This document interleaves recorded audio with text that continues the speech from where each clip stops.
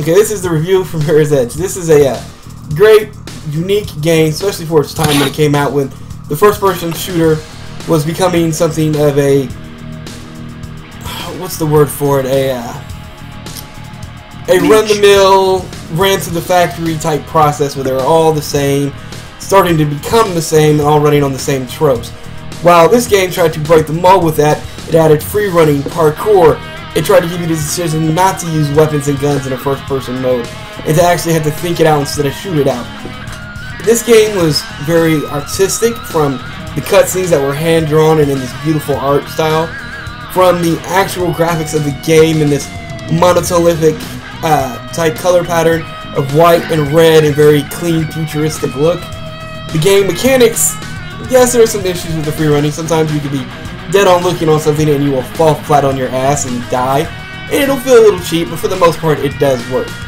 The fighting mechanics are good in there, but boy, if you're going for that achievement of not using a gun one single time, you're in for a world of pain. It is one of those achievements, or going through a game a certain way that'll frustrate the shit out of you.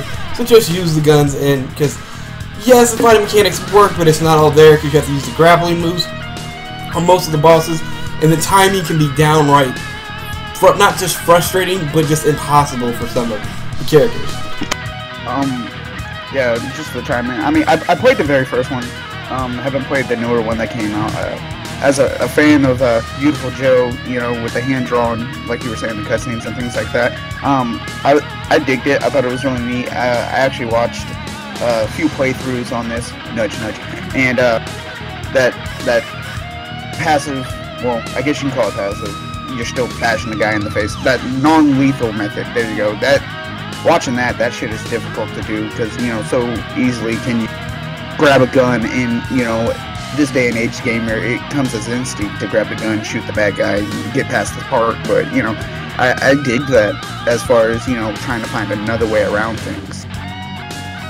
Yeah, definitely, it added another layer to gameplay. It definitely made sure that you could go through the game with two separate endings, well, not endings, but two separate playthroughs, different styles of the play. Now, as the game for itself, it tried to add in unique gameplay while at the same time be a AAA title, and it worked to some degree. This was not the biggest game when it first came out, but it definitely made its money back and warranted a sequel, and this comes from a company from DICE. DICE has made some hit or miss, some really good games, some not so, yeah, exactly. They're definitely known for the Battlefield, but then there's other games that they haven't been so good with, and then EA as the publisher, which EA used to be such a creative company. You remember that Poltergeist game? But now they have basically turned into the devil corporation of video gaming companies next to Konami. This is a classic game that everybody should check out. I mean, whether you like it for the free running, whether you like it for the first-person shooting aspects of it, just the art style, the stories, it's decent. The story's not all of that, but it is a modern classic, you could say, and something definitely unique for its time, and even for the time that we're in now. So I would tell people to definitely go check it out. From a 1 to 10, I would probably give it about like a 7.5, especially for creativity, for the time it came out, and how well the game is overall in general, and how fun it can actually be.